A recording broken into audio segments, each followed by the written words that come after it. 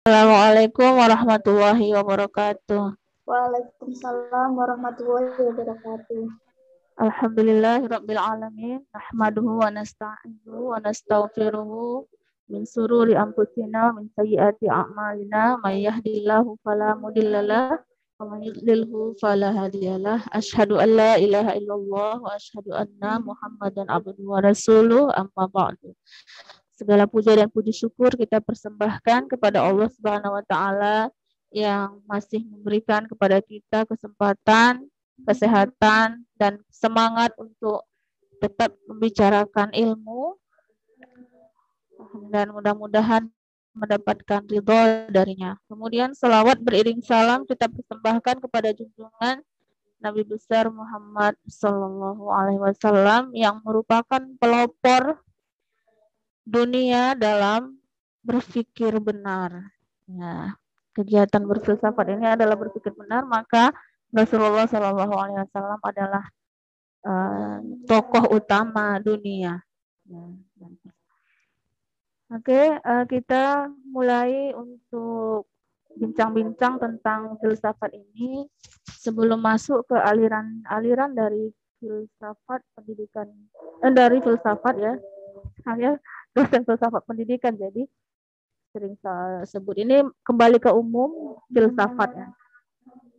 Nah, harusnya kita mempersamakan persepsi kita dulu tentang apa itu filsafat. Sebenarnya udah di awal sudah ada ya pembicaraan tentang ini di inspirasi malam ini di sesi sebelumnya.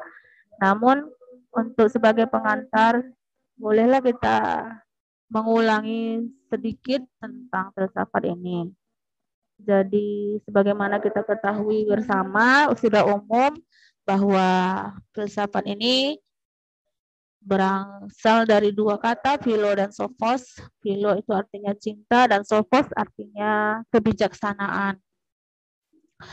Kedua kata ini berasal dari bangsa Yunani. Tercatat dari sanalah asal usul kata-kata ini, sehingga dunia mengklaim bahwa filsafat itu pun berasal dari sana ya, kegiatan berfilsafat itu berasal dari sana. Nah, filsafat ini kata kuncinya adalah berpikir. Berpikir. Sebenarnya kalau berpikir itu kan sudah dilakukan oleh sejak manusia ada di dunia ini ya, yang dianugerahi oleh Sang Maha Pencipta alat untuk berpikir di dalam tubuhnya. Memang sudah Allah setting ya bagaimana manusia itu berpikir. Jadi sebenarnya ada juga pertanyaan yang cukup banyak menggugat bahwa kenapa Yunani yang menjadi klaim bahwa di sanalah kegiatan berpikir itu berawal. Nah, berpikir itu kita lihat dulu berpikir ya. Berpikir itu sih sebenarnya apa? Apa sebenarnya berpikir itu? Berpikir itu dilakukan oleh semua orang yang memiliki syarat-syarat untuk berpikir. Jadi ada juga manusia yang nggak berpikir kan, seperti orang gila, seperti orang yang sudah mati, atau anak-anak, itu kan nggak berpikir lagi. Nah, jadi berpikir itu dilakukan hanya mereka yang memiliki syarat-syarat berpikir yang sehat pikirannya ya. Nah, jadi kegiatan berpikir ini adalah menghubung-hubungkan antara satu konsep dengan konsep lainnya. Konsep itu adalah suatu yang abstrak. Dia berupa nama yang mengandung sesuatu makna. Misalnya batu gitu ya, namanya batu. Jadi konsep batu itu bisa dijelaskan, maknanya bisa kita pahami setelah kita melihat bendanya. Nah, jadi berpikir ini menghubung-hubungkan satu konsep dengan konsep lainnya, sehingga menghasilkan konsep yang baru. Satu konsep lain misalnya cat gitu ya, cat warna merah konsepnya. Lalu ketika digabungkan antara batu tadi dengan cat berwarna merah, maka akan menghasilkan batu berwarna merah. Itu adalah gabungan dua konsep yang jadi satu, akhirnya menghasilkan satu konsep baru, yaitu batu berwarna merah. Nah, inilah kegiatan berpikir pada dasarnya dia menghubungkan satu konsep dengan konsep yang lain. Sebelum dinyatakan kepada pekerjaan, kepada sebuah karya, maka kegiatan berpikir itu abstrak ya. Namun setelah dinyatakan dalam pekerjaan, maka dia akan menghasilkan suatu karya nyata seperti itu. Nah, jadi semua orang melakukan ini, kegiatan berpikir ini, mahasiswa, ya siapapun, ibu rumah tangga, apalagi ibu rumah tangga. Kegiatan berpikirnya cukup aktif ya, memasak di dapur, dia akan menyatukan berbagai macam konsep. Resep-resep itu kan kumpulan berbagai konsep-konsep yang disatukan, yang kemudian menghasilkan makanan, jenis makanan yang baru seperti itu. Nah, jadi hampir semua manusia itu berpikir, tapi tidak semua orang yang berpikir itu berfilsafat loh. Jadi filsafat ini walaupun kegiatannya berpikir, tapi berpikir yang ada syaratnya lagi supaya suatu kegiatan berpikir itu disebut sebagai filsafat. Yang seperti apa? Nah, kita bisa merujuk ke bukunya bukunya Yuyun ya. Nah, dia bukunya Filsafat Ilmu, tapi di dalamnya itu ada penjelasan tentang itu, bahwa filsafat itu syarat-syaratnya adalah berpikir yang universal. Enggak buku Yuyun aja sih sebenarnya. Semua buku filsafat juga mengandung, memberikan informasi tentang bagaimana syarat-syarat dari berpikir filsafat itu, yaitu universal, radikal, dan rasional. Nah, jadi berpikir radikal dan rasional dan universal dari filsafat inilah yang dilakukan oleh para filosof. Oleh para filosof di berbagai zaman, di sepanjang zaman. Kita lihat karena filsafat dari bangsa Yunani, maka kita lihat ya sejarah singkatnya bahwa bangsa Yunani ini, kenapa bangsa Yunani gitu ya? Bangsa Yunani, kenapa bangsa Yunani? Kita lihat bukunya Pak Hatta dalam Alam Pikiran Yunani, ada bukunya di situ, saya tulis tadi. Berikutnya, slide berikutnya, bahwa memang secara wilayah geografis bangsa Yunani ini kan berada di Athena ya. Di Athena yang merupakan pulau yang memang dekat daratan dan dekat dengan laut gitu kan. Pesisir pantai sepertinya. Maka dengan demikian memang bangsa Yunani ini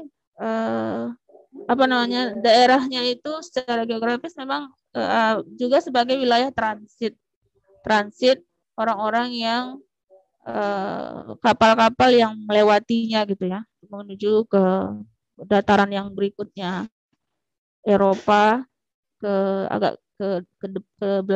belakang sana tuh melalui wilayah dari Athena ini. Maka dengan demikian interaksi penduduk Athena sendiri dengan orang-orang yang datang itu cukup sering gitu ya, intensitas interaksinya cukup sering, sehingga akibatnya adalah bahwa orang-orang Yunani ini sangat terbiasa dengan pikiran-pikiran baru gitu, dengan pikiran-pikiran baru yang datang ke Athena itu sendiri. Jadi mereka terbiasa. Ini membuat mereka menjadi punya sikap belajar yang baik, yaitu belajar itu kan harus open ya, bersikap terbuka dengan hal-hal baru. Nah, mereka punya kebiasaan ini karena didukung oleh wilayah geografis mereka tadi itu. Juga dikabarkan orang-orang Yunani ini ada sebagian daerah yang mereka daerahnya gersang gitu kan. Gersang, tidak menghasilkan, dan akhirnya mereka mengembara ke Babilonia seperti itu dikabarkan demikian. Dan ketika kembali mereka punya pikiran-pikiran baru juga. Nah, dengan demikian proses belajarnya mereka ini dan dengan berinteraksi dengan berbagai cara seperti tadi merantau, kemudian berinteraksi dengan orang-orang yang datang, membuat mereka menjadi sangat terbuka. Wawasan pun menjadi luas sehingga memungkinkan mereka untuk memikirkan apa sih alam ini gitu. Buat kita yang kalau konteks sekarang lah ya, buat kita orang-orang sekarang ini kalau sudah sibuk sehari-harian bangun pagi, sarapan, menyiapkan sarapan, kegiatan sehari-hari yang cukup padat gitu kan, membuat kita kan seringnya nggak terpikir dengan hal-hal yang mendasar dalam hidup ini gitu kan. Nggak terpikir kita tuh hidup ini apa sih gitu ya. Hidup ini dulu awalnya gimana sih gitu. Nggak terpikirkan lagi itu. Karena memang sibuk dengan kegiatan sehari-hari. Tapi bagi orang Yunani ini sebagian mereka memang sudah tercukupi ya, konsumsi hari-harinya juga mungkin sudah tercukupi. Jadi pikiran tuh terbuka, melihat air tuh terpikir ini air ini dari mana, dan alam ini bagaimana penciptaannya, hubungannya dengan air seperti itu ya. Ini dipikirkan oleh Thales yang bisa kita lihat, rujuk kembali sejarahnya sebelum masa Socrates itu mereka Thales ini menyatakan bahwa alam ini berasal dari air. Sumber alam ini adalah air. Semuanya berasal dari air. Air, bahkan lebih ekstrem lagi, dia mengatakan airlah yang menciptakan semua alam ini, sampai seperti itu. Nah, kemudian setelah generasi dia ada anak Simandres yang menyatakan, oh bukan air gitu ya, tapi apilah sumber kehidupan di dunia ini, api. Karena dengan adanya api, manusia bisa memanaskan tubuhnya, memanaskan makanannya, lalu makannya, dan sebagainya. Seperti itu. Nah, ini adalah filosof Yunani kuno ya, klasik sebelum masa Socrates. Nah, jadi kita lihat bahwa secara singkat memang sejarah filsafat Yunani ini adalah untuk kita pahami sebagai suatu tahapan pencaharian manusia kepada kebenaran. Ya, tahapan manusia dalam mencari kebenaran. Intinya memang filsafat ini tujuannya adalah kebenaran. Ya, kebenaran. Nah, manusia ini sangat berhajat pada kebenaran ya. Harta satu-satunya manusia yang paling berharga adalah kebenaran itu. Jadi kalau seseorang sudah memegang kunci-kunci kebenaran, maka dijamin, bisa dipastikan dijamin dia akan bahagia. Nah, jadi filsafat ini arah tujuannya adalah mencari kebenaran itu, sehingga dengan kebenaran itu bisa bahagialah hidup manusia. Gitu. Kita lihat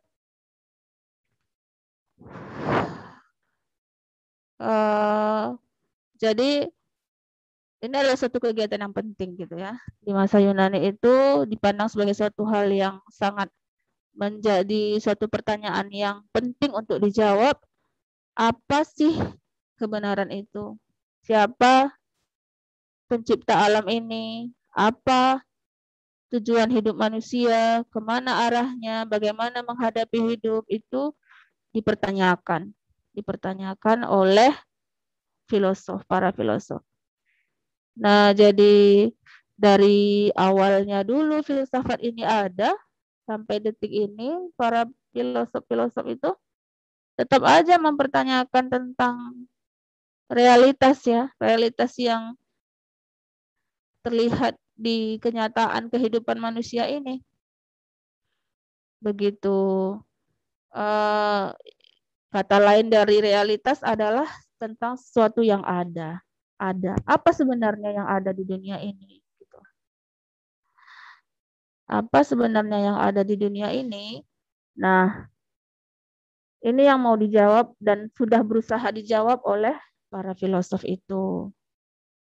Jawaban mereka berbeda-beda, seperti tadi Thales yang benar-benar ada di dunia ini, dia bilang adalah air. Dan airlah yang menjadi cikal bakal dari alam ini semuanya sampai dan semua isinya. Berbeda lagi dengan Anaximenes, bukan air tapi apilah yang benar-benar ada di dunia ini, katanya seperti itu. Nah, kalau yang masa berikutnya berbeda lagi ya, Socrates dan Aristoteles nanti kita bahas. Mereka semua memandang bahwa masing-masing mereka mempunyai jawaban sendiri tentang apa yang benar-benar ada di dunia ini. Nah, sebelum sampai ke sana lebih mendalam, kita mau melihat dulu tentang buku-buku dasar filsafat ya, yang digunakan bagi kita dalam mempelajari filsafat ini di awal. Ini perlu juga saya kemukakan. Saya ambil dari Martin Suryajaya bahwa dengan kita melihat buku-buku ini, ada yang berbahasa Indonesia itu ya, sejarah filsafat Yunaninya Kabirtens. Dia mengenalkan, ini tahun 1978 loh, diterbitkannya oleh Canisius, cukup lama sudah. Tapi mungkin belum banyak orang-orang yang baca ini tentang filsafat Yunani sejarahnya yang dikemukakan Bertens. Uniknya, Bertens mengemukakan sejarah filsafat Yunani di sini, dia menyertakan teks-teks yang berasal dari mereka yang menulis di awalnya dulu.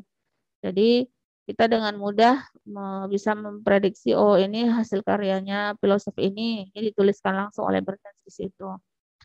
Kemudian ada petualangan intelektual Simon Petrus Cahyadi, ya itu orang Indonesia sih. Dia menceritakan tentang filosof-filosof juga dalam pendapat-pendapat mereka. Filsafat modern dari Machiavelli sampai Nietzsche, terus sejarah filsafat kontemporer Inggris dan Jerman, Cabertes juga ya, dan sejarah filsafat kontemporer Prancis, Cabertes juga. Jadi Cabertes ini nampaknya pelopor filsafat di Indonesia, dia juga pelopor di Universitas Filsafat Diyarka ya. Nah, yang berbahasa Inggris itu ada A History of Western Philosophy by Bertrand Russell. Nah, ini Bertrand Russell mau mengenalkan tentang sejarah filsafat Barat. Lalu A History Philosophy Volumes, Frederick Colston, dan A New History of Western Philosophy by Anthony John Patrick Kenny, dan An Illustrated Brief History of Western Philosophy by Anthony John Patrick Kenny juga. Nah, apa yang bisa kita lihat dari buku-buku ini? Apa yang bisa kita simpulkan dari buku-buku ini? Kira-kira bahwa kelihatannya yang bisa kita tarik pemahaman bahwa benar-benarlah filsafat itu gaweannya Yunani gitu. Dari buku-buku ini ya. Jadi kalau yang dibilang namanya filsafat dan kita lihat buku-bukunya ini, nggak bisa dibantah lagi. Inilah yang menyatakan bahwa filsafat itu memang dari Yunani. Dan kita juga lihat di kampus-kampus di seluruh dunia, di mana-mana, bahkan di UIN juga seperti di kampus kita, filsafat itu pasti Yunani. Kita ketika belajar psikologi juga diawali bahwa psikologi berasal dari Yunani juga, ya bahasa Yunani, psiko dan logos gitu. Nah, jadi semuanya diklaim dari Yunani, seperti itu. Ini yang kita lihat. Nah, banyak orang menggugat gitu kan. Banyak orang menggugat kenapa klaim atas Yunani ini begitu mendunia, menjadi mainstream. Ini nanti akan sangat berhubungan dengan aliran-aliran yang mau dikemukakan ya. Tadinya saya berpikir bahwa aliran-aliran filsafat yang dimaksudkan ini adalah ya aliran-aliran filsafatnya Yunani itu. Memang di dalam filsafat Yunani itu sih ada aliran-aliran lagi ya. Ada namanya aliran idealisme, ada namanya aliran realisme, materialisme, itu yang klasik. Belum lagi yang modern seperti perennialisme, eksistensialisme, esensialisme, dan seterusnya. Sampai saat sekarang ini terus berkembang. Nah, tapi ternyata itu hanya satu bagian aja dari filsafat yang ada di dunia. Ya. Filsafat Barat itu yang rujukannya Yunani tadi itu hanya bagian kecil dari aliran-aliran filsafat di dunia. Jadi akhirnya saya berpikiran, kenapa enggak dipandang dari secara global aja gitu. Jadi enggak hanya memandang dari filsafat Barat yang melandaskan dirinya pada filsafat Yunani. Ya, gitu. Jadi kenapa enggak dari secara global aja. Nah, saya menemukan di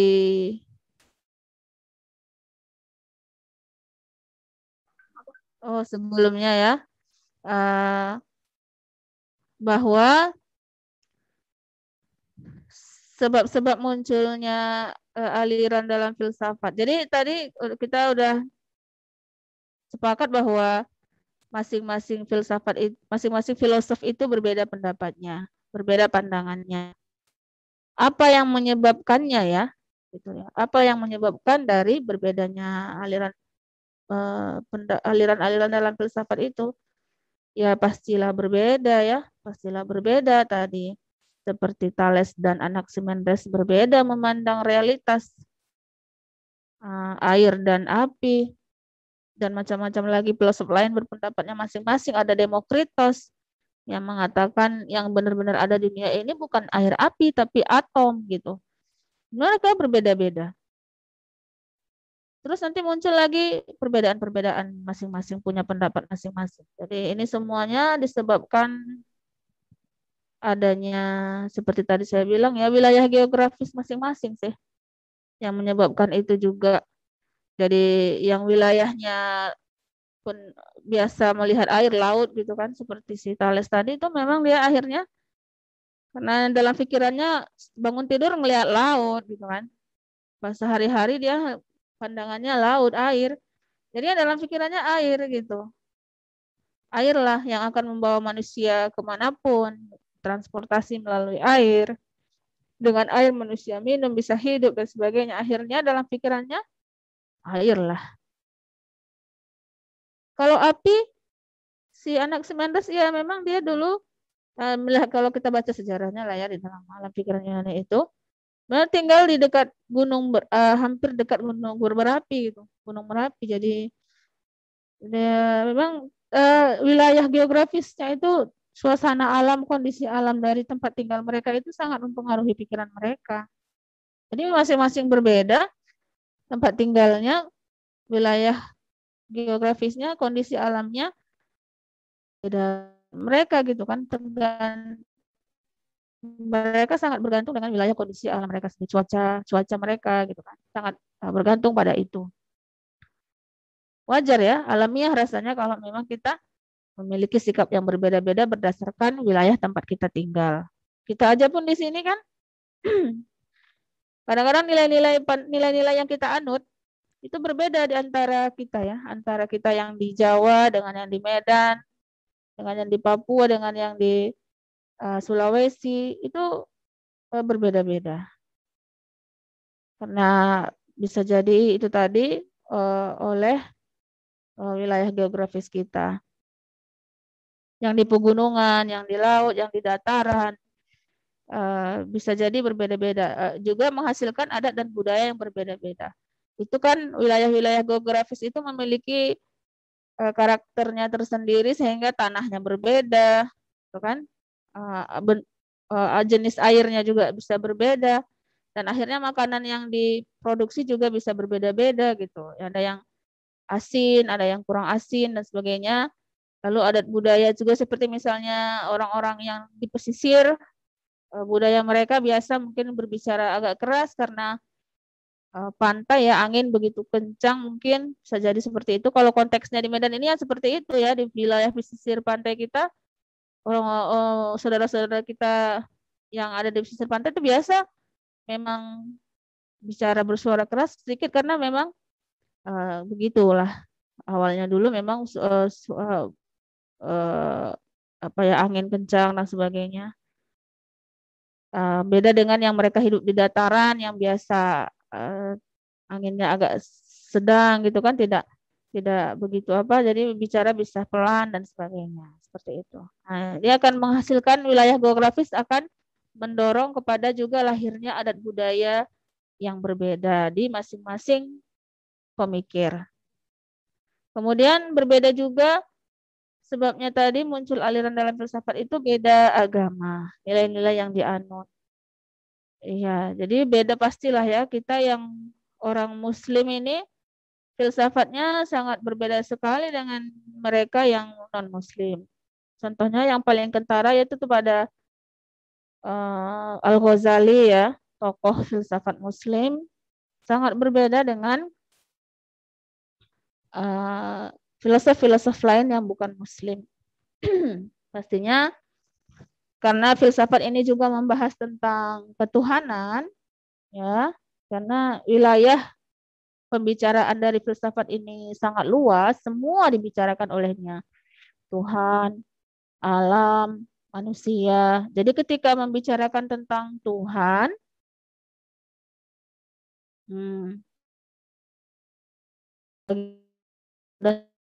oleh ajaran bahwa kehendak di atas segalanya. Manusia tidak berdaya apa-apa. Tapi bagi filosof yang non-Muslim itu bisa dibantah gitu kan, tergantung dengan agama mereka juga, dengan nilai-nilai yang mereka anut. Atau di dalam agama Islam, masalah ketuhanan lain misalnya, akan ada nanti suatu masa kita akan bangkit lagi setelah mati. Nah ini juga dulu dibantah ya oleh Imam Ghazali, yang mengatakan tidak mungkin itu seperti itu karena dalam ajaran agama kita sudah pasti kita akan berbangkit gitu kan. Nah ini yang sering dari wilayah-wilayah yang agama bicarakan ini. Kalau filosof Muslim udah ada batasan-batasan dan nggak keluar dari batasan itu, membatasi diri di situ. Tapi kalau filosof yang bukan Muslim ya akan sangat tergantung kepada nilai-nilai dan agama yang mereka anut. Kemudian sebab-sebab munculnya aliran filsafat juga yang berikutnya pendidikan. Ya masing-masing kita kan mengalami hari-hari berbeda.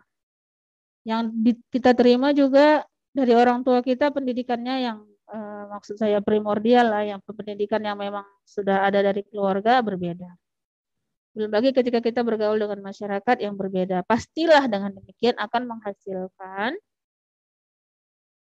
pemikiran kita yang membedakan dengan orang lain. Nah, semua itu yang di atas tadi, wilayah geografis, adat budaya, agama, atau nilai-nilai yang dianut, pendidikan masing-masing, hingga semuanya itu menghasilkan pandangan hidup yang berbeda-beda. Wajar sajalah maka akan memunculkan pendapat yang berbeda. Kalau pandangan hidup berbeda, pendapat berbeda, akhirnya ada beberapa yang sama menyatukan diri sehingga menjadi aliran. Nah, aliran ini gitu ya, aliran idealisme kalau dalam filsafat Yunani, mereka akan berkumpul dalam mazhab itu. Kalau agak mirip-mirip sama-sama rasanya pendapatnya dengan idealismenya Plato, mereka kumpul di sana. Akhirnya muncullah seperti aliran-aliran seperti itu. Nah, demikian tentang sebab-sebab munculnya aliran dalam filsafat. Itu adalah suatu hal yang alamiah, suatu keniscayaan. Ini juga mengajarkan kepada kita, walaupun manusia itu bentuknya sama, punya anggota tubuh yang semuanya secara struktural itu sama, tapi perbedaan-perbedaan itu tetap akan ada. Dan itu sudah fitrahnya memang demikian.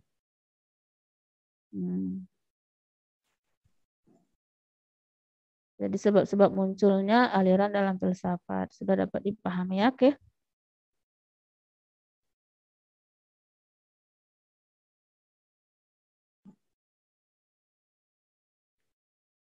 Lalu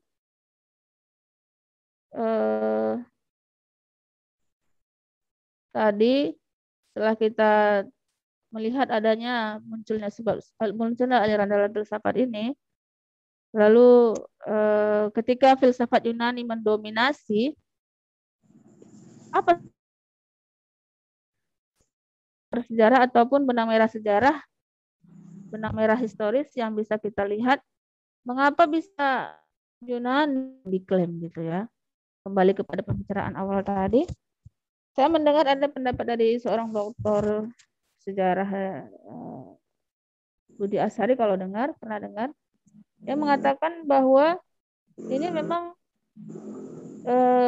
gaweannya Barat gitu untuk punya akar sejarah peradaban yang awalnya mereka nggak punya gitu. Menurut dia seperti itu. Jadi ini perlu menarik juga untuk kita pikirkan ya. Kalau Islam kan punya dia jelas akar sejarahnya itu ke Nabi Muhammad, ya perkembangan di zaman Abbasiyah, Umayyah, Abbasiyah, dan sebelumnya juga.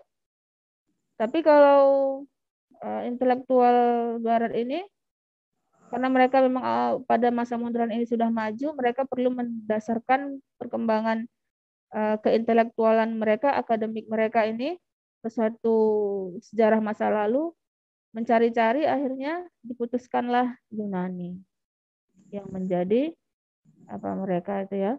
Padahal awalnya Yunani ini kan lebih pada filsafat kajiannya ke alam gitu ya, seperti tadi tokoh-tokoh Anaximenes dan Thales tadi. Tapi setelah masa Socrates, Plato dan Aristoteles lah sebagai bapak ilmu pengetahuannya Barat, yang akhirnya mereka dengan benar-benar meyakinkan diri bahwa yang paling pantas untuk menjadi pijakan akar sejarah intelektualnya Barat itu adalah dalam arti kalau kita lihat tokohnya adalah Aristoteles ya, dengan aliran empirisnya. Nah, kembali kepada tentang aliran dalam ilmu filsafat, sebenarnya bukan ilmu ini ya. Saya agak terganggu dengan kata ilmu filsafat ini. Beda. Kalau menurut pendapat saya, ilmu filsafat dengan filsafat itu beda. Nah, beda ya. Kalau filsafat ya tentang filsafat, objek kajiannya adalah, bedanya di objek kajian. Kalau dia filsafat, objek kajiannya itu Tuhan, alam, manusia, itu kalau filsafat. Tapi kalau ilmu filsafat, nah ini, ilmu filsafat ini objek kajiannya ya filsafat itu sendiri gitu. Menurut saya begitu. Jadi tadi saya sudah hapus sebenarnya itu ya, kata ilmu itu. Karena memang konsentrasinya di filsafat. Nanti bisa kita diskusikan lagi. Jadi kalau filsafat, objek kajiannya adalah Tuhan, alam, dan manusia. Dan itu bukan ilmu. Filsafat itu bukan ilmu. Nah, ini yang perlu juga kita diskusikan ya. Kalau saya berpendapat, filsafat itu bukan ilmu. Ilmu itu kan, bagi yang udah belajar filsafat ilmu, tahu ya, filsafat ilmu, ada syarat-syarat yang dikatakan sebagai ilmu, sains ya, yaitu logis, ya kan, sistematis, verifikatif itu biasanya disingkat dengan 3 kata, logiko, verifikatif ya. Logiko, hipotetiko, verifikatif, 3 kata itu. Nah, jadi dia masuk dalam ranah sains itu kalau ilmu filsafat. Sedangkan filsafat sendiri tadi kriterianya cuma 3 tadi ya. Berpikir universal, radikal, rasional. Kalau di filsafat dia rasional, kalau di ilmu filsafat atau sains filsafat itu logis. Nah, gitu. Jadi saya ini maunya tuh dihapus tuh kata ilmunya itu. Oke, kemudian saya ketemu ya satu buku yang cukup agak memuaskan lah pencarian saya tentang aliran-aliran ini yang tersembunyi selama ini karena dikalahkan oleh, kalau dibilang ego sih wajar aja lah ya, karena memang dia saat ini waktu sebelum Cina ini ya berkembang, peradaban Timur ini berkembang kan, sebelumnya adalah Barat kemarin. Sebelumnya memang dia sebagai negara adidaya berhak saja ya sebisanya untuk mengklaim bahwa apa yang dia tetapkan sebagai arah akar dari ilmunya dunia, yaitu filsafat Yunani. Nah, dengan buku ini saya merasa kita perlu melihat kembali aliran-aliran yang global yang sebelum bahkan filsafat Yunani ada, ternyata sudah ada dulu gitu kan, dan tenggelam.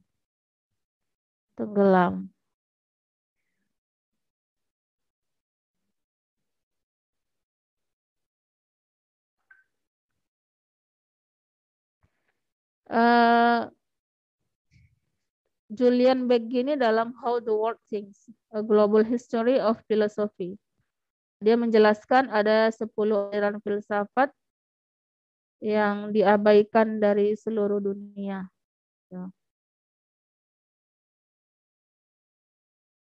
Ya, jadi kita melihat ya penjelasannya ini dalam bukunya. Yang pertama itu filsafat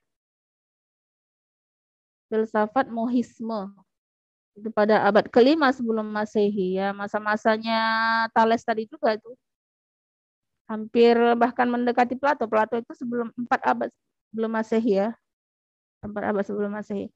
Nah, filsafat mohisme ini berpendapat bahwa bisnis orang yang baik hati adalah mempromosikan apa yang bermanfaat bagi dunia dan menghilangkan apa yang berbahaya.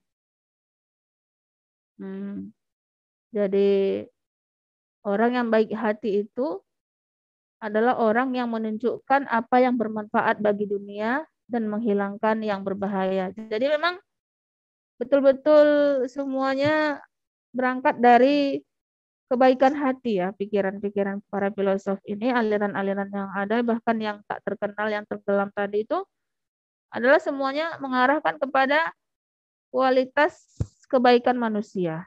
Seperti itu, mohisme ini.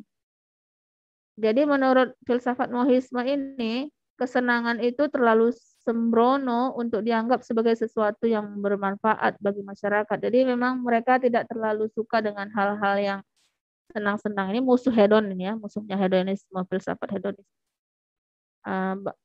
Pelopornya yaitu Mozi bahkan tidak melihat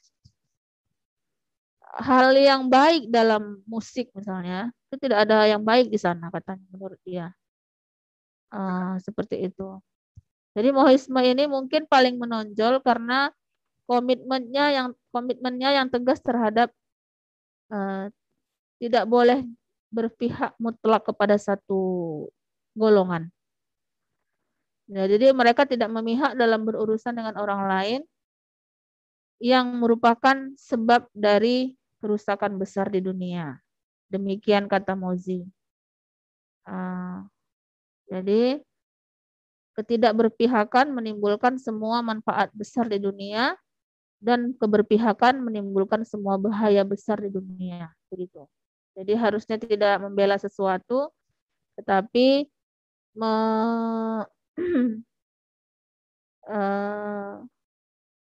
ketidakberpihakan ya, menimbulkan semua manfaat. Jadi, tidak berpihak kepada sesuatu itu menimbulkan manfaat, sedangkan membela sesuatu, mendekat kepada sesuatu itu akan menjadi bahaya, katanya demikian. Itu filsafatnya mohisme. Itu yang saya ambil dari bukunya tadi.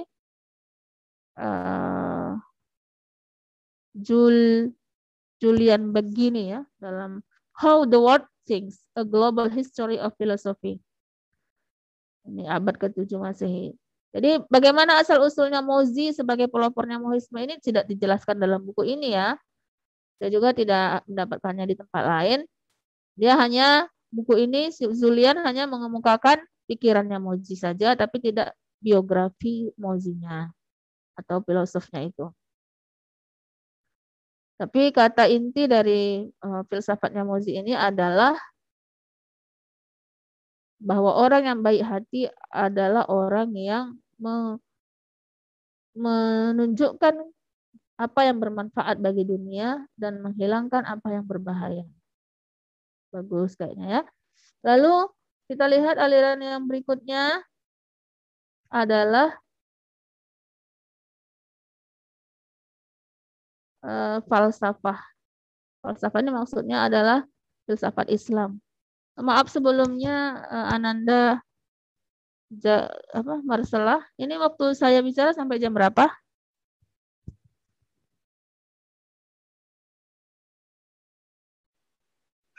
Halo. Ya, sampai jam berapa? Saya bicara sampai jam berapa ini? Sampai jam 9:15. Oh iya. Ya, makasih ya. Masih didengar ya? Saya merasa seperti bicara sendiri, tapi pasti dengar ya semuanya, insya Allah. Iya, iya, makasih. Nah, yang kedua adalah filsafat Islam. Di sini disebut falsafah oleh Julian Bagini. Ini juga merupakan adalah filsafat yang terlupakan, yang memang sengaja dipendam untuk tidak muncul ke permukaan. Salah satu upaya pemendaman ini adalah nama-nama yang tidak lagi sesuai dengan aslinya gitu ya. Seperti Ibnu Rusdi kita kenal dengan namanya Averroes gitu. Ya kan? Kemudian Ibnu Sina disebutnya Avicenna, seperti itu. Jadi kita melihat memang ada hal-hal yang diupayakan mereka untuk tidak lagi sesuai dengan nama aslinya, yang mencirikan karakter nama itu memang bangsa Arab punya gitu. Seperti itu. Ada dugaan demikian. Apakah itu buruk sangka? Kayaknya enggak lah ya. Kalau saya sih kenyataan sepertinya seperti itu.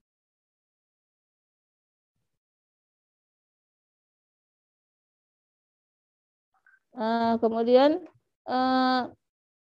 yang kita lihat dalam filsafat Islam ini bangkitnya itu pada abad ke-18 hingga ke-13. Abad ke-8, astagfirullah. Ke-8 sampai abad ke-13. Jadi memang sih sebenarnya para filosofnya Muslim ini mengadopsi ya, menaturalisasi pikiran-pikirannya karya klasik Yunani kuno, itu nggak bisa dibantah ya, bahwa Ibnu Rusdi atau Averroes itu punya keterhubungan pikiran dengan Aristoteles itu betul. Al-Farabi ya paling jelas juga punya pikiran keterkaitan dengan Aristoteles itu betul. Jadi dalam karya-karya mereka berusaha walaupun menerima apa yang pikiran-pikiran para filosof Yunani itu yang mereka baca, tapi mereka menyesuaikannya dengan ajaran Islam, seperti itu.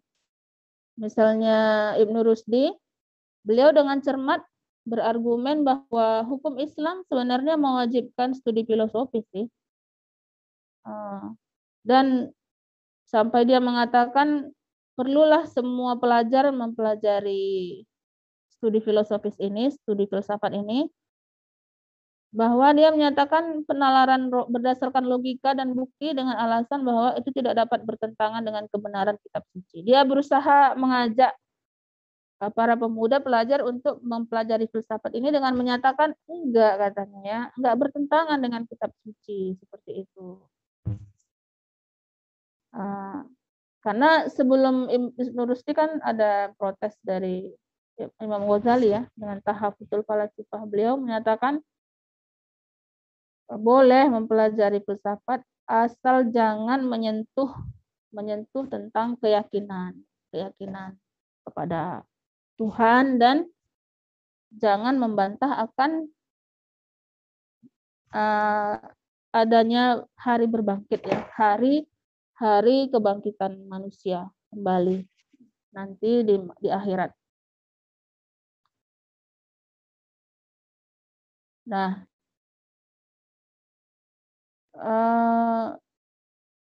jadi tetap disepakati bahwa filsafat Islam memang tidak mengikuti model kajian filsafat Eropa, tapi dia berusaha mengakar kuat dalam agama, cintanya kepada Tuhan, kepada Allah Subhanahu wa taala, seperti Al-Farabi dalam teori pencerahan itu, dalam teori pancaran itu ya, emanasinya Al-Farabi tetap menempatkan Tuhan sebagai akal pikiran yang pertama.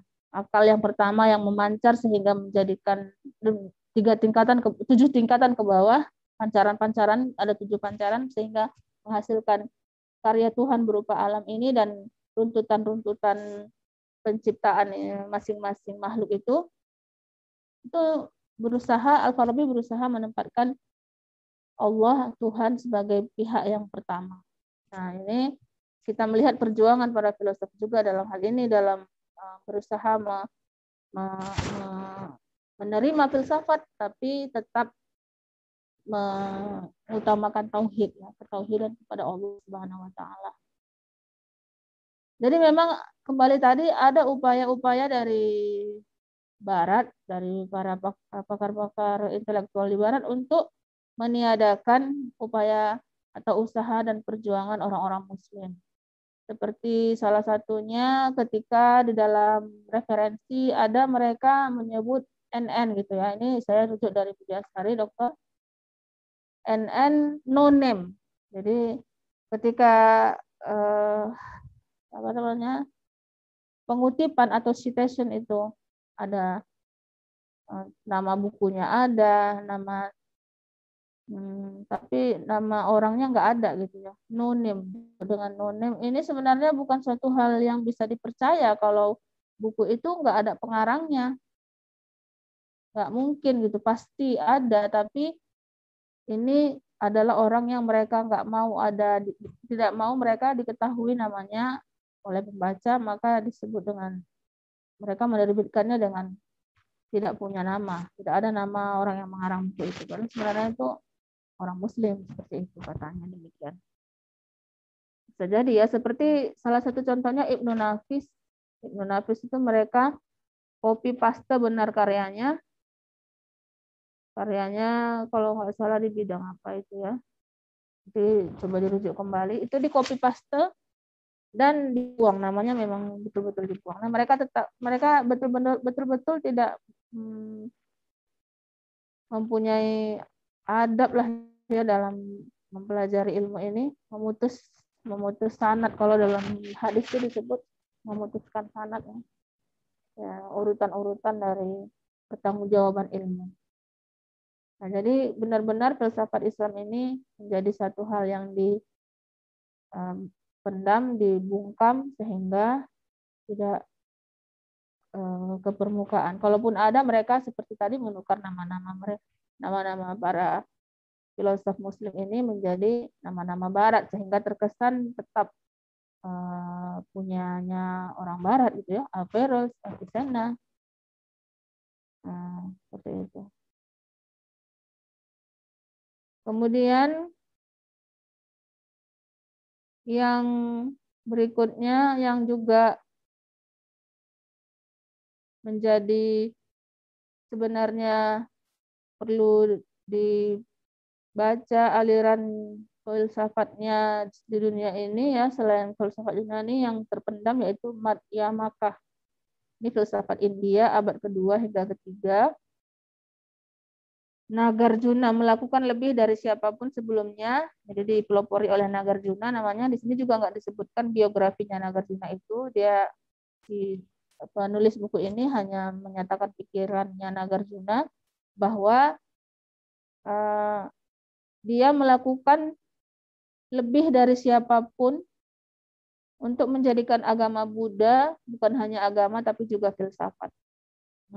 Jadi memang sih agama Buddha itu seperti pikiran-pikiran filosofis sebenarnya ya, karena memang dia agama bumi, dia berangkat dari pikiran-pikiran manusia, jadi yang mudah saja menariknya ke filsafat seperti itu.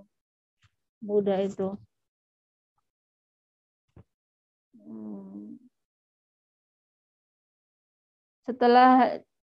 Jadi cukup mudah ya bagi Nagarjuna untuk menunjukkan bahwa tidak ada yang memiliki otonomi sempurna. Misalnya waktu, misalnya. Tidak ada secara inheren karena 3 periode waktu, yaitu masa lalu, sekarang, masa depan. Tidak mempertahankan kontinuitas dengan sendirinya, tetapi saling bergantung. Segala sesuatu, termasuk diri, adalah seperti bergantung pada hal-hal lain untuk keberadaannya sendiri. Jadi suatu entitas atau kedirian manusia akan bergantung kepada hal-hal lain untuk keberlangsungan hidupnya.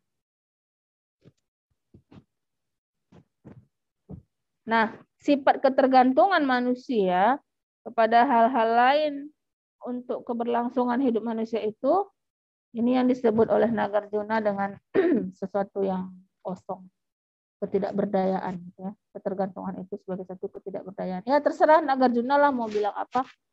Karena kita kembali lagi ke dalam prinsip filsafat ini, kita harus ingat bahwa filsafat ini kan menuju kepada kebenaran ya. Tadi kita udah kemukakan menuju kepada kebenaran hingga akan mengantarkan kepada kebahagiaan.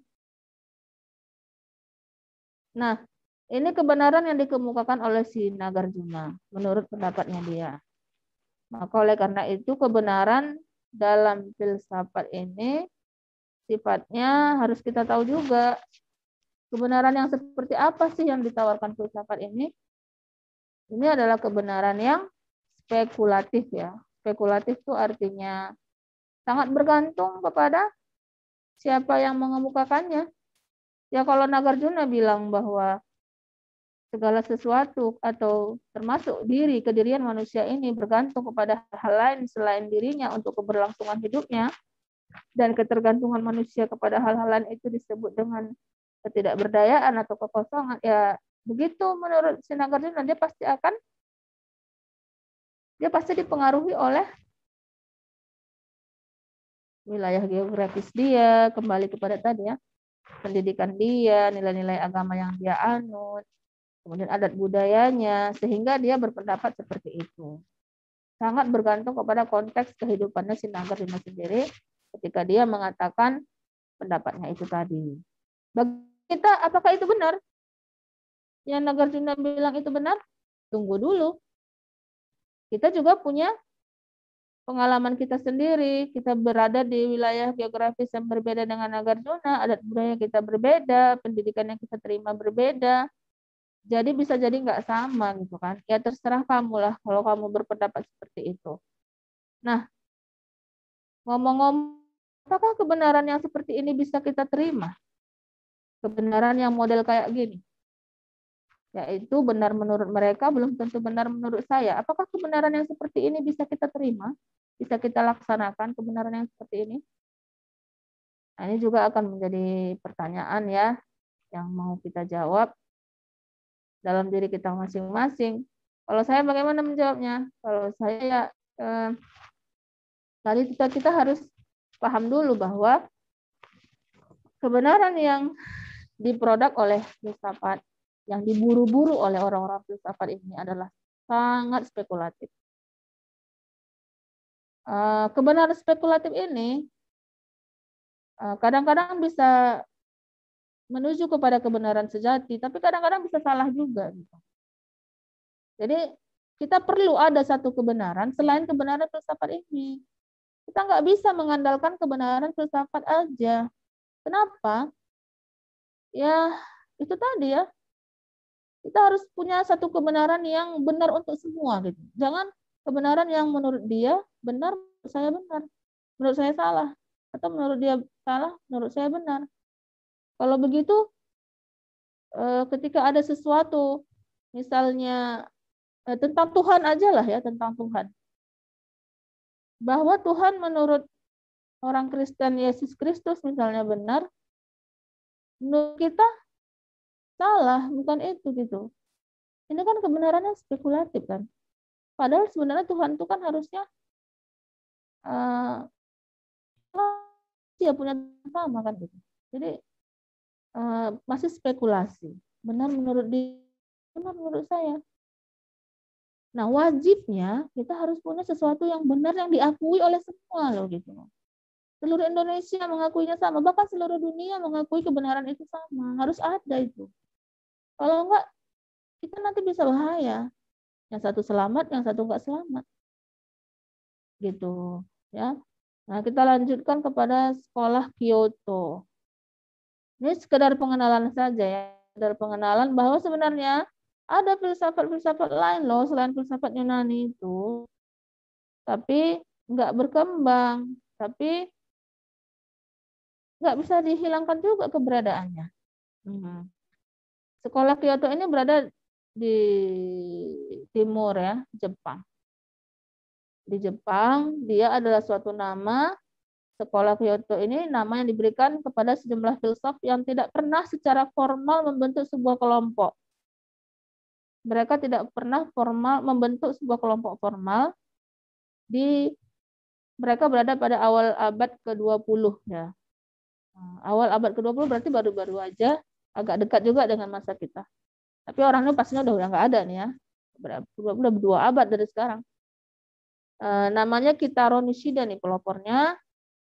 Dia mengembangkan ide-ide khas tentang diri dan masyarakat. Menurut mereka pada intinya filsafat itu nothing. Nggak ada apa-apanya itu filsafat. Atau lebih tepatnya gagasan tentang ketiadaan dan kekosongan yang telah menjadi pusat pemikiran Asia Timur bahkan sebelum Nagarjuna yang di atas tadi. Tentang ketiadaan, ya, kehampaan. Itu sudah menjadi kajian orang-orang sekolah Kyoto ini tadi. Singkat saja, terusnya ada Nyaya, saya bacanya juga begitu nggak pas ya. Karena begitu banyaknya filsafat India yang terkait erat dengan apa yang kita anggap sebagai agama, seringkali dianggap tidak filosofis secara fundamental. Bahkan pengetahuan sepintas tentang Nyaya akan menghapus prasangka itu. Nah, Nyaya sastra adalah catatan yang sangat kaya dan terperinci tentang bentuk-bentuk penalaran dan validitasnya. Jadi ini adalah merupakan hasil dari pikiran juga ya. Selain menyajikan analisis inferensi logis yang setara dengan silobisnya Aristotelian, Nyaya ini memiliki taksonomi dari berbagai jenis perselisihan yang berlangsung. Jadi kata kuncinya adalah perselisihan ya. Pertengkaran atau perselisihan akan bertujuan mendapatkan kemenangan. Seperti itu. Ini memang agak aneh-aneh sedikit pemikiran mereka karena memang berangkat dari pengalaman dan kondisi alam mereka ya. Jadi bisa jadi nggak sama dengan kita seperti itu. Tadinya ya. Kemudian yang berikutnya bisa kita lihat pragmatis. Nah ini juga aliran yang terpinggirkan ya oleh walaupun memang pragmatis ini tumbuhnya di barat juga sih sebenarnya. Bukannya nggak di barat juga, tapi dia bisa menjadi suatu apa ya aliran yang termarginalkan. dia diabaikan. Padahal dia dari Amerika Serikat Barat, filsafat modern ya. Apa yang dibicarakan oleh pragmatisme sebagai suatu aliran dalam filsafat?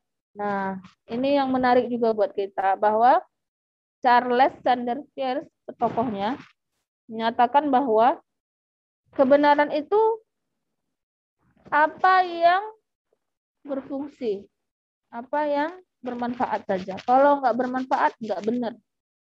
Nah, jadi ini orang-orang pragmatis bertindak dalam hidupnya, mengambil sikapnya secara pragmatis. Misalnya, kalau kamu bisa jadi kawan aku, kalau kamu bermanfaat bagi aku. Kalau nggak bermanfaat, nggak usah jadi kawan aku.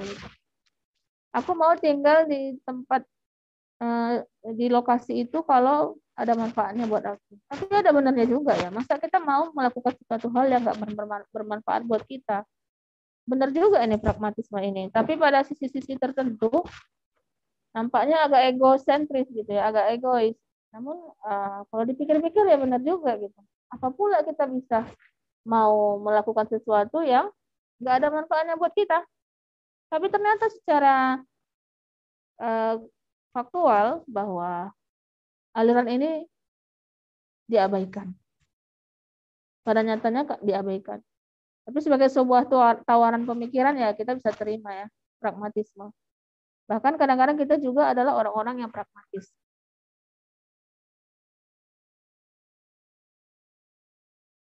Nah, jadi ceritanya katanya seorang pembantu senior George Bush karena ini memang dari Amerika pada masa-masa ini modern ya, pernah menolak apa yang disebut sebagai komunitas berbasis realitas, bersikeras bahwa katanya kami adalah kerajaan sekarang dan ketika kami bertindak kami menciptakan realitas kami sendiri. Dan saat Anda mempelajari realitas itu dengan bijaksana, kami akan bertindak lagi mencapai realitas baru yang lain yang dapat Anda pelajari juga, dan begitulah cara menyelesaikannya. Artinya apa? Bahwa seseorang bisa meninggalkan orang lain ketika orang lain itu tidak bermanfaat. Itu pahamnya seperti itu. Nah, ini pemikiran yang seperti ini sebenarnya berpikir yang keluar dari mentalitas dasar Amerika ya. Sebenarnya mentalitas Amerika itu tuh nggak begitu. Jadi dia bisa dibilang sebagai anak haram. Katanya anak haram dari filsafat yang sebenarnya jauh lebih bijaksana dari sekedar hanya untuk mengambil manfaat. Wah, begitu ya mereka. Nah, kemudian filsafat Rusia modern kita singkat aja. Ini kualitas individu.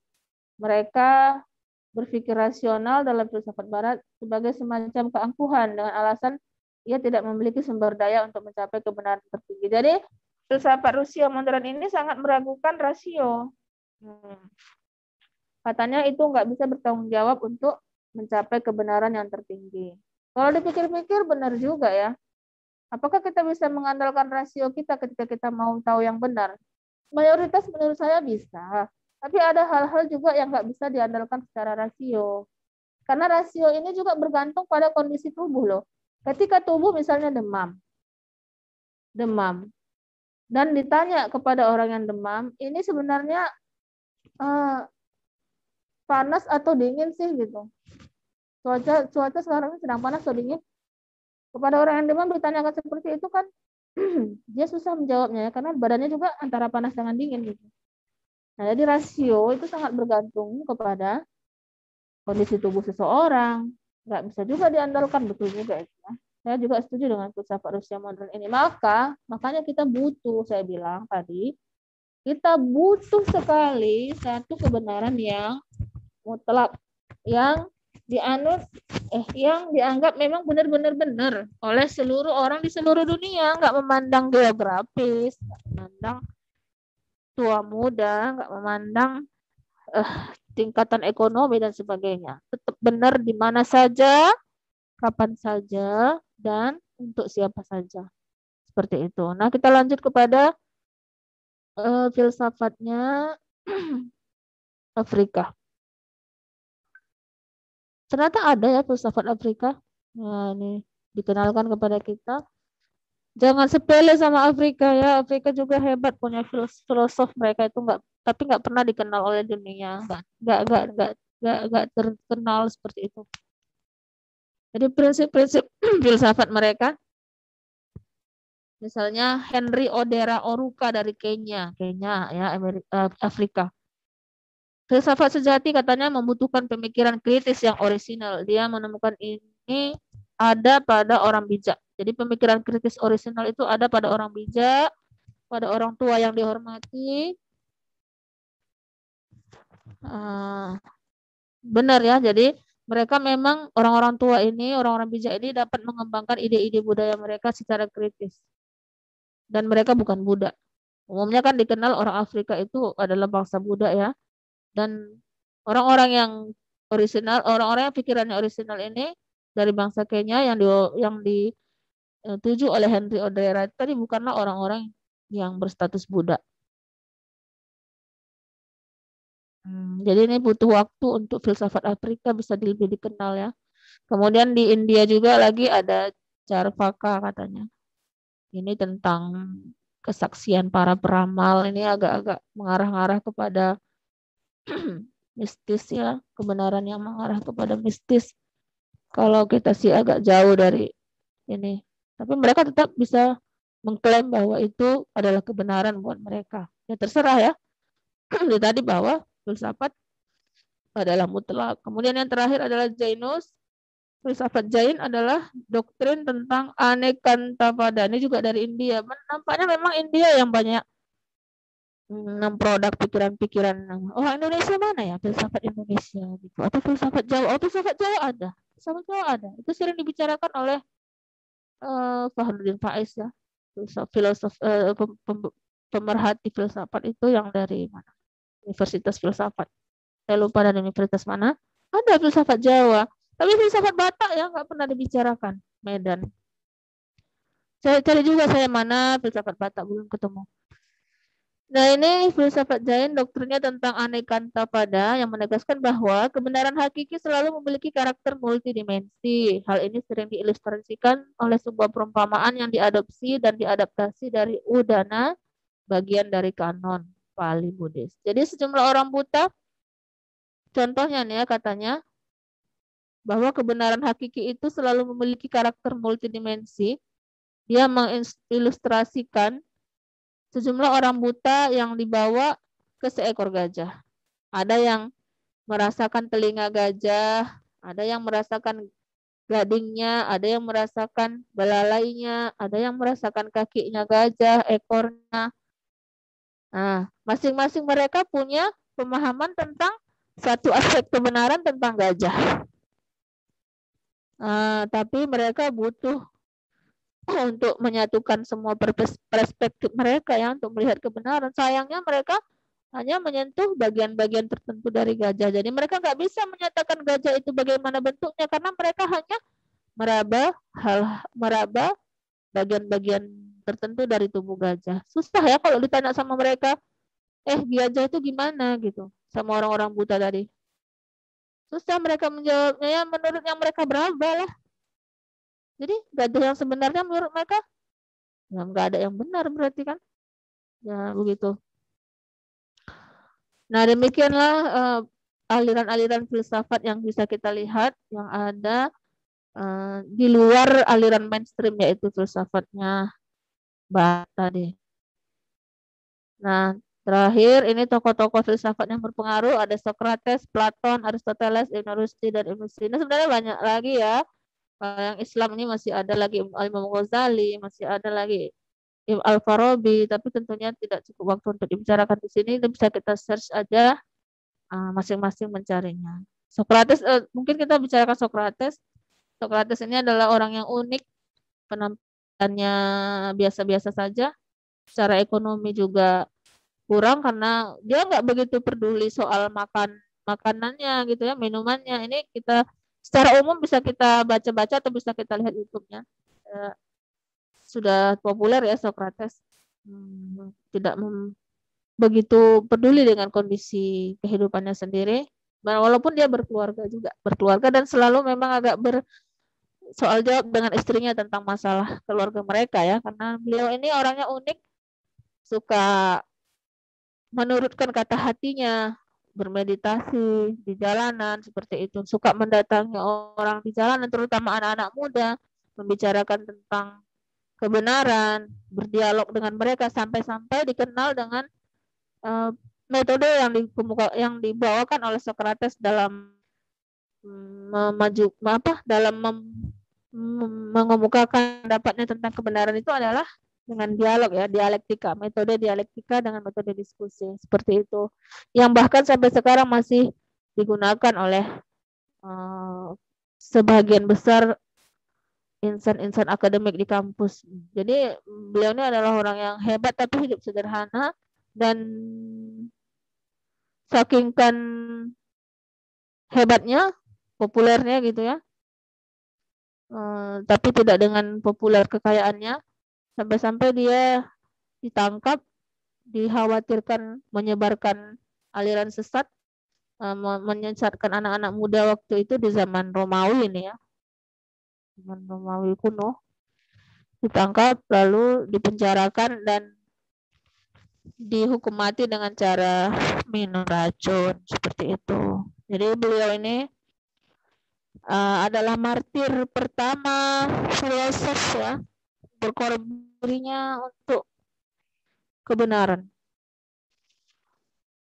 Itu yang kalau dia dikatakan pertama, kenapa? Karena dia yang tercatat. Ya mungkin ada yang lain tapi mungkin tercatat. Nah, jadi itu tadi saya katakan, kebenaran itulah satu-satunya harta manusia yang paling berharga. Banyak orang sudah rela mati demi kebenaran ya, demi kebenaran.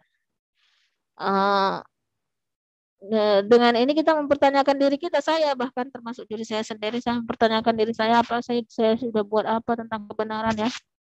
Nah, masing-masing lah kita berusaha untuk menanyakan diri kita sendiri, apa yang sudah kita buat tentang kebenaran, dan bagaimana kita sudah mengejar-ngejarnya, bagaimana kita sudah mengupayakannya dan menerapkannya dalam kehidupan kita sehari-hari. Ini menjadi persoalan bagi kita semua. Ini juga yang menjadi persoalan para filosof dari abad sebelum Masehi sampai detik ini. Semuanya berkutat masalah kebenaran ini. Bagaimana diberlakukannya, bahkan bagaimana kebenaran itu sendiri ya masih dibicarakan. Nah, tentang Plato, dia mengatakan kebenaran itu yang benar-benar itu ide katanya.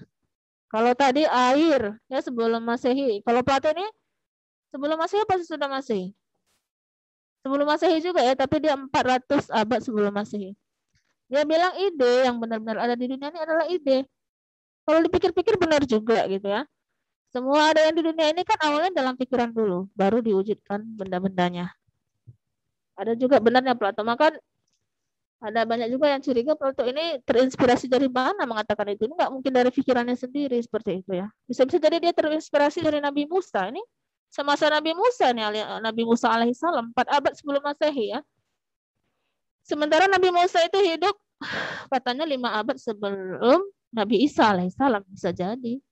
Nah, ini kalau pakai metode cocokologi cocok-cocok aja, cuman kita perlu penelusuran sejarah ya. Jadi Plato mengatakan yang benar-benar ada itu adalah ide. Nah, ide. Menarik sekali, masih banyak yang memang harus dibicarakan tentang ide Plato ini ya. Saya sebenarnya masih perlu waktu yang panjang, tapi tidak mungkin karena udah 21-24 sudah terlalu lama bicaranya. Kita beralih ke Aristoteles. Aristoteles mengatakan yang benar-benar ada itu adalah materi, kebalikan dengan dari gurunya Plato. Mereka berseberangan. Itu tadi ternyata filsafat benar-benar spekulatif sekali. Yang benar-benar ada menurut Plato adalah ide. Bahkan Aristoteles muridnya sendiri mengatakan bukan ide tapi materi. Nah, sangatlah spekulatif filsafat itu. Beralih kepada Ibn Rushdi. Ibn Rushdi adalah pelopor filsafat Islam. Beliau sangat menjadi guru kita ya ketika menerjemahkan pikiran-pikiran Yunani, tetap mengutamakan ketauhidan dalam karya-karyanya. Subhanallah, mudah-mudahan menjadi amal buat beliau. Kemudian juga Ibn Sina, seorang filosof yang juga mendalami ilmu kedokteran. Yang ilmu kedokteran ini beliau juga belajar dari orang-orang Yunani, karya-karya Yunani seperti Galen. Beliau membaca kitabnya Galen. yang diterjemahkan dalam bahasa Syrianik waktu itu, dan beliau mempraktekkannya dari kitab-kitabnya, dari warisan para filosof Yunani bidang kedokteran juga. Dan singkatnya begitu anak-anak semua, mudah-mudahan kita bisa mengambil iktibar dalam hal ini.